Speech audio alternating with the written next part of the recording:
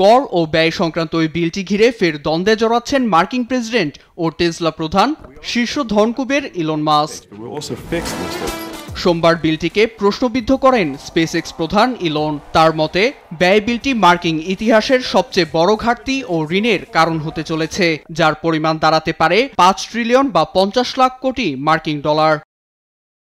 সরকারের ব্যয় কমানোর পরিবর্তে যারা বিলটির পক্ষে ভোট দিয়েছেন তাদের উচিত লজ্জায় মাথা নিচু করে থাকা। ২০২৬ সালের প্রাইমারিতে এসব আইন প্রণেতারা যেন নির্বাচিত না হন তা নিশ্চিত করবেন তিনি। পৃথিবীতে এটাই তার শেষ কাজ হলেও বিষয়টি নিশ্চিত করার হুমকি দেন ইলন।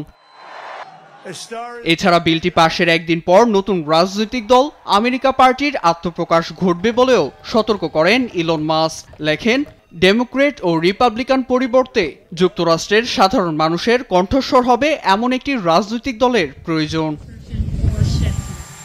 এদিকে সরকারি কর্মদক্ষতা বিভাগ ডিওজেকে ইলনের গাড়ি নির্মাতা প্রতিষ্ঠান টেসলার বিরুদ্ধে ব্যবহার করছেন মার্কিন প্রেসিডেন্ট ডোনাল্ড ট্রাম্প। সরকার তার প্রতিষ্ঠানগুলোকে কত ডলার ভর্তুকি দিয়েছে তা খতিয়ে দেখতে বলেন তিনি।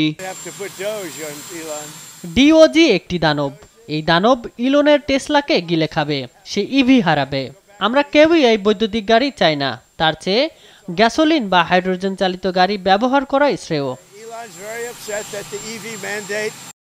মঙ্গলবার সোশ্যাল মিডিয়া ট্রুথের এক পোস্টে প্রেসিডেন্ট লেখেন, ভর্তুকি না পেলে ইলনকে ব্যবসা গুটিয়ে নিজ বাড়ি সাউথ আফ্রিকায় পাড়ি দিতে হতো।